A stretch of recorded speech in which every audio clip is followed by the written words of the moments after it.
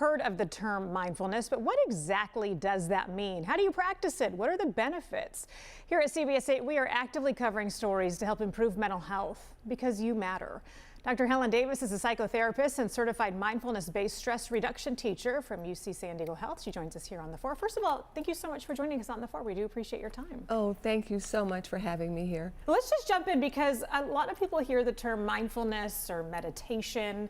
And what exactly is that? Is that taking time out every day, whether it's 1 minute or 5 minutes, and stopping and sitting on the ground cross-legged? I mean, what exactly are we talking about here? Well, if we were to take Jon Kabat-Zinn's definition of mindfulness, he says it's paying attention on purpose without judgment.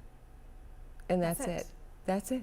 Okay. So you don't necessarily need to lock yourself in a dark room for 5 minutes or an hour. This is just paying attention, focus.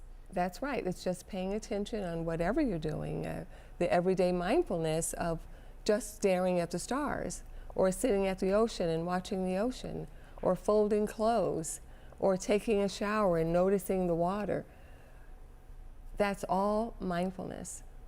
There, paying attention, being present in the moment. How do we practice this and get it into our daily routine? Can we do it as simple as you're standing there blow drying your hair in the morning or brushing your teeth, and you can have that time just to really get focused on the present? We absolutely can. Of course, there's formal meditation, you know, our sitting meditation that we may sit for 20 minutes or something like that, but then there's also the shorter meditation where that's a check-in meditation where it's 1 to 3 minutes even we can meditate.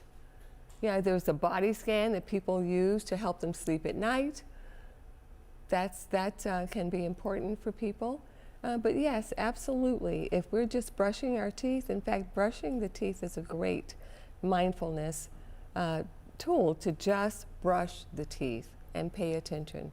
And to that and that only. I like this because it kind of takes the pressure off of having to be so purposeful and take even more time out of your day that you probably don't have. So once we go through these motions or the steps of practicing mindfulness or meditation, what are the benefits of this? So many benefits.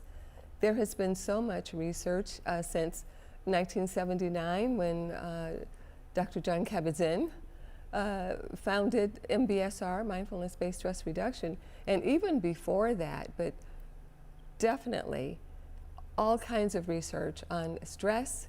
It lowers stress, it lowers depression, it helps with emotion regulation, and that's how come we don't get into those pesky little fights with our mates as often if we are meditating on a regular basis. It also helps with emotion regulation and not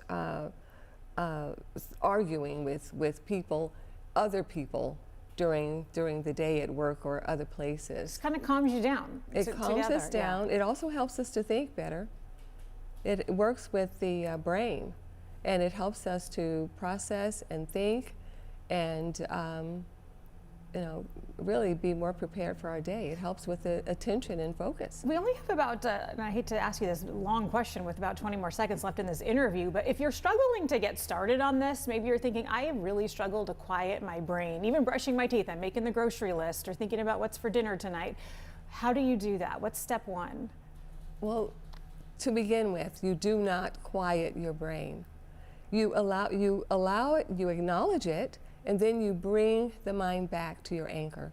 If that anchor is the breath, then bring it back to the breath. If it's your foot that you're with, there. Or if it's the breathing of your belly or your chest going in or out, then there. You do it there. You bring it back. You will not stop the mind because it is a thinking mind, and it will continue to go, and even the master's mind goes. So surely my mind or your mind is not going to just completely stop thinking. I don't think any mind can.